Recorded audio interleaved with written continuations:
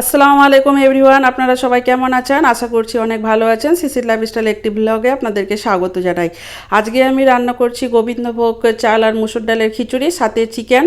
আর খিচুড়ির সাথে চিকেন বা মাছ ভাজা না হলে একদমই ভালো লাগে না। বাঙালি বলে কথা, বুঝতেই পারছেন, খাওয়ার একটা কমিউনিকেশন থাকতেই হবে।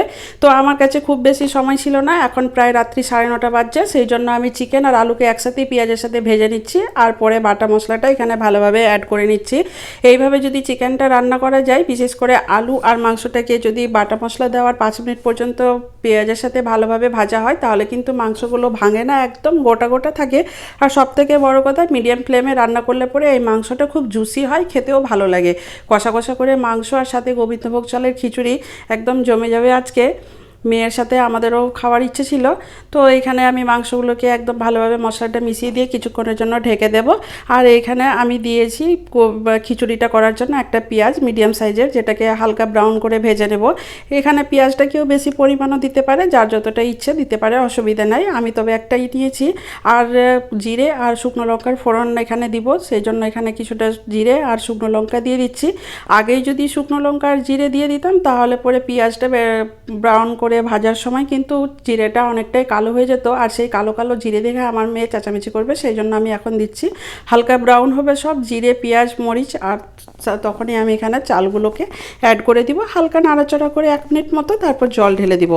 আজকে একটা জিনিস আমি খেয়াল করলাম, ইউটিউবে দেখলাম এক দিদিভাই পোস্ট করেছেন যে সাবস্ক্রিপশানের ব্যাপারে উনি লিখেছেন। অনেকে বলছেন আমি আপনার পরিবারের এত নম্বর সদস্য হয়ে গেলাম, আশা করি আপনিও আমার পরিবারের সদস্য হয়ে যাবেন।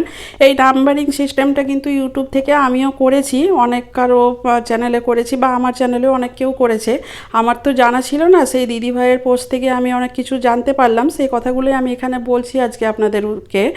তো এই যে পরে আমি রিয়েলাইজেশন করলাম যে হ্যাঁ, এইটা কিন্তু ভুল প্রসেস। এতে করে কিন্তু যে সাবস্ক্রাইব করছে ওনারও চ্যানেলের ক্ষতি, আর যার চ্যানেলকে সাবস্ক্রাইব করছে তারও কিন্তু ক্ষতি হচ্ছে। এতে হয়তো আমরা বুঝতে পারছি না, এখন পরবর্তীতে কিন্তু অনেক বড় অসুবিধা হতে পারে, আমি যেটা বুঝতে পারলাম। তো আমার মনে হয় 24 ঘন্টা অন্ততপক্ষে অপেক্ষা করা উচিত। আর আরেকটা জিনিস খেয়াল করলাম, অনেকে হয়তো সাবস্ক্রাইব করেছেন, কোনো কাজে হয়তো ভুলে গেছি বা মনে নেই যে উনি আমাকে সাবস্ক্রাইব করেছেন গতকাল, আজকে আমি ওনাকে করে দিই। সেই ক্ষেত্রে কি হয়, উনি আবার আমাকে আনসাবস্ক্রাইব করে দিচ্ছে। এটা কিন্তু খুবই খারাপ জিনিস। সাবস্ক্রাইব করার পরে আনসাবস্ক্রাইব করে দেওয়াটা কিন্তু চ্যানেলের জন্য একদমই ভালো না। অন্ততপক্ষে 24 ঘন্টা অপেক্ষা করুন। আবার অনেকে 2 মিনিট পরেই ফলো বা সাবস্ক্রাইব ব্যাক চাইছেন, এটা কিন্তু একদমই ভুল প্রসেস। যারা জানেন না তারা একটু ভালোভাবে কথাগুলো শুনবেন এবং বোঝার চেষ্টা করবেন। আমি অনেক কিছুই জানতাম না, এখন অনেক দিদিদের সহযোগিতায় আমি অনেক কিছুই জানতে পারছি। আর বিশেষ করে ইউটিউব টিপস যারা দেন, যে চ্যানেলগুলো রয়েছে, সেগুলো থেকেও আপনারা অনেক কিছু জানতে পারবেন। আমি সেরকম কিছুই জানি না, যতটুকু আমার মনে হয়েছে সঠিক সেটুকুই আমি আপনাদের সামনে আজকে তুলে ধরছি।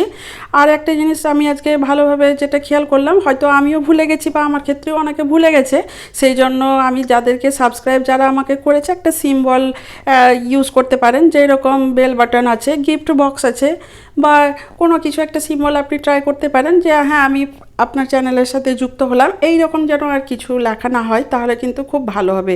এতে করে কিন্তু সবারই ক্ষতি হবে যারা যারা এইভাবে করবেন। সেই জন্যই আমার কথাগুলো বলা। এইদিকে যাই হোক, আমার খিচুড়িটা হয়েই গেল। তবে আমি আজকে আর একটা জিনিস নতুনভাবে স্টার্ট করেছি, যারা আমাকে সাবস্ক্রাইব করছেন সিম্বল দিয়ে, বুঝতে পারছি, আমি তাদের আইডির নামগুলো, চ্যানেলের নামগুলো কিন্তু আমি খাতায় লিখে নিচ্ছি, যাতে করে আমি ভুলে না যাই।